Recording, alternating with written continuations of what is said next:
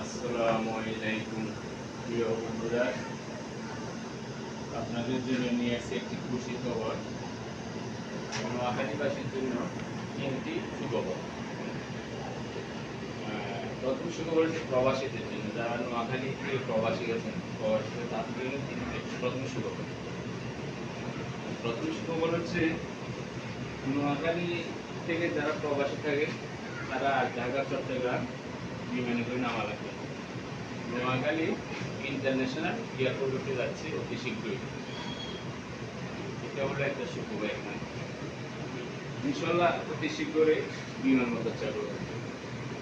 2 নম্বর সুখবর হচ্ছে Noakhali BPL cricket খেলা আগে সবাই শুধু স্বপ্নে দেখছে, এখন কিন্তু বাস্তবে প্রমাণিত হচ্ছে নোয়াখালী এক্সপ্রেস একটি দল বিপিএল দল খেলতে যাবে। এটা নোয়াখালীবাসীর জন্য।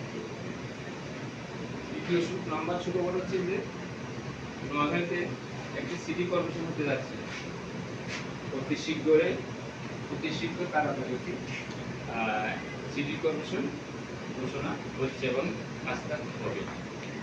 সত্য সুখবর একটু দেরি হওয়ার দরকার, তবু কেউ আশা ছাড়বে না, আশাটাকে না সবার প্রতিবাদ জানা এইভাবে জন্য।